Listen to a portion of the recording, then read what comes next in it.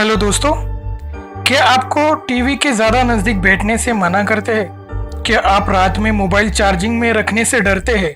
क्या सच में ज़्यादा मेगापिक्सल का कैमरा अच्छी तस्वीरें ले सकता है? चलिए जानते हैं आज 10 ऐसे मिथक जो आप हमेशा सुनते और मानते आ रहे हैं। आप देख रहे हो टॉप 10। रात भर अपने फ़ोन को चार्ज करने से बैटरी बर्बाद हो जाती है।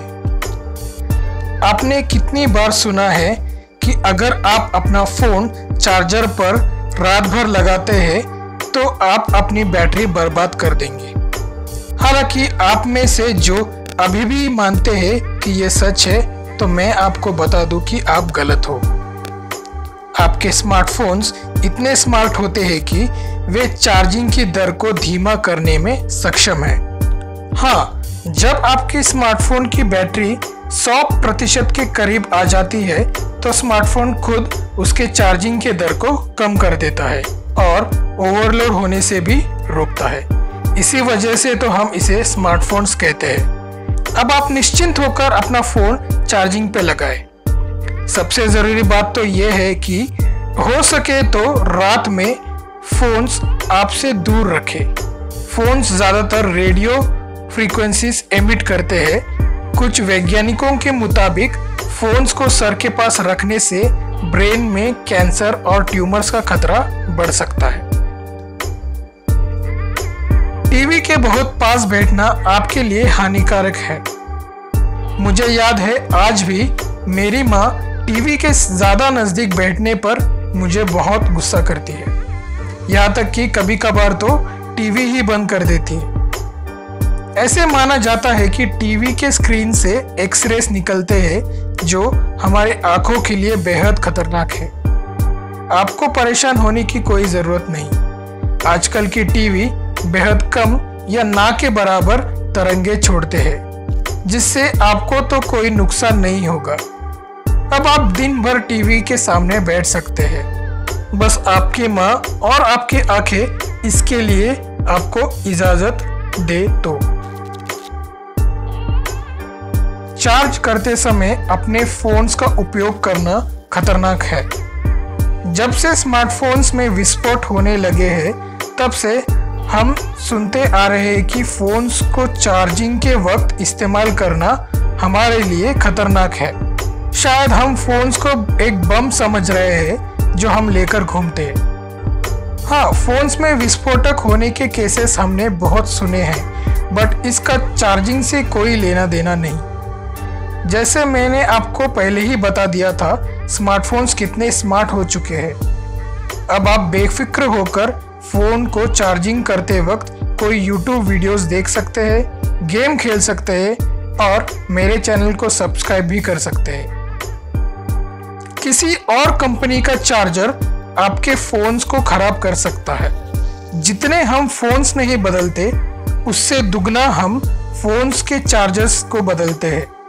मार्केट में सस्ते और बेकार चार्जर्स की कोई कमी नहीं, बट हमेशा ये सवाल आता है कि क्या ये चार्जर्स हमारे फ़ोन के लिए अच्छे हैं या नहीं।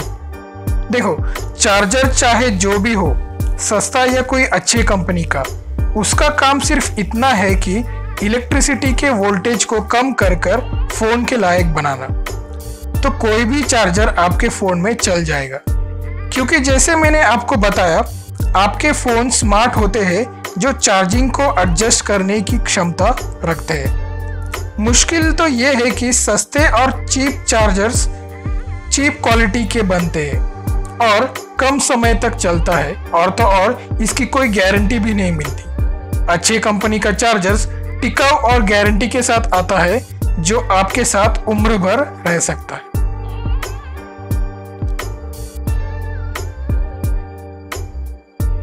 बैटरीज को फ्रीजर में रखने से वे लंबे समय तक चलती है। मुझे याद है बचपन में ऐसे कहा जाता था, खिलौने के बैटरीज को फ्रिज में रखने से उसकी क्षमता बढ़ जाती है और वे ज़्यादा दिन चलते हैं। हाँ, वही बैटरीज जो हम खिलौने या घड़ी में इस्तेमाल करते हैं। पता नहीं ये आप लोग करते थे या नहीं, बट मुझे इससे ज़्यादा फर्क नहीं महसूस हुआ। सच तो इसका ऑपोजिट है। फ्रीजर में बैटरीज रखने से उसकी क्षमता घट जाती है। ऐसा इसलिए है क्योंकि आप बैटरीज को फ्रीजर में रखते हैं तो बैटरीज में तापमान कम हो जाता है और जब आप उसे फ्रीजर से बाहर निकालते हैं तो तापमान जल्दी बढ़ जाता है। कुछ स्रोतों का दावा है कि यह बैटरी में विस्फोट कर सकता है, जबकि अन्य सोर्सेस का सुझाव है कि अचानक तापमान के परिवर्तन के कारण उनमें मॉइस्चर बन जाता है और अंदर ही अंदर जंग लगने लगता है, जो उसकी क्षमता कम कर देता है। हेयर ड्रायर कोरोना वायरस को मार देता है। यह सुनकर आपको जरूर हंसी आई होगी, क्योंकि ज्यादा गर्मी कोरोना के वायरस को मार सकती है।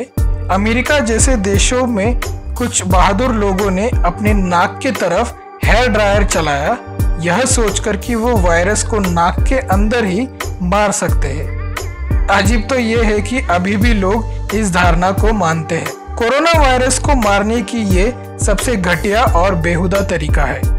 वायरस आपके नाक में जाते ही आपके विंड पाइप द्वारा वो शरीर में पहुंच जाते हैं। इसका सीधा मतलब ये है कि बाहर जाकर घर आने पर हेयर ड्रायर से आप सिर्फ आपका नाक के बाल ही जला डालेंगे, ना कि कोई वायरस। वायरस से बचने के लिए मास्क पहनना और भीड़ से दूर रहने की कोशिश करनी होगी। हाथ को अच्छे से सैनिटाइज करना और अच्छा खाना खाना भी इसमें शामिल है।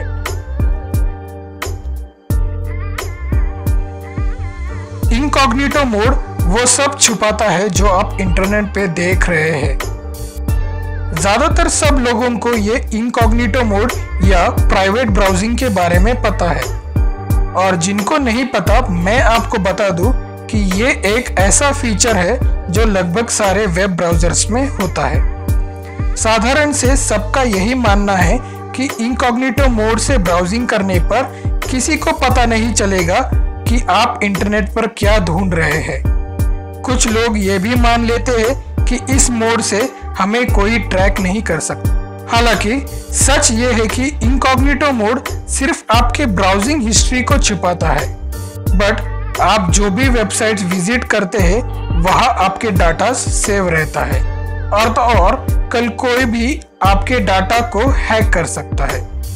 इनकॉग्निटो मोड सिर्फ आपके कुछ काम आसान कर देता है, बाकी वो भी एक नॉर्मल ब्राउजर जैसे ही काम करता है। पेट्रोल पंप पर फोन का उपयोग करना जोखिम है।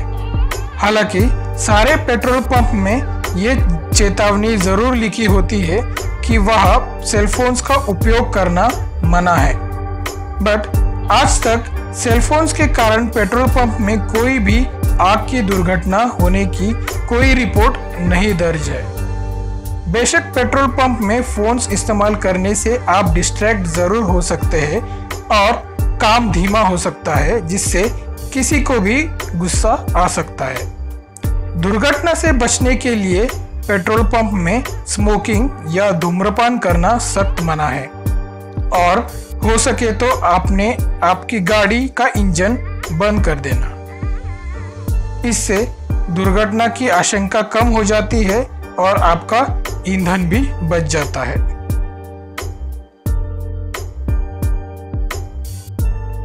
अधिक नेटवर्क बार यानी बेहतर नेटवर्क सिग्नल। जब से हमने सेलफोन्स इस्तेमाल करने लगे हैं, हम नेटवर्क की क्षमता को स्क्रीन में दिख रहे नेटवर्क बार्स से नापते हैं। जितना ज़्यादा बार्स उतना अच्छा नेटवर्क, है ना।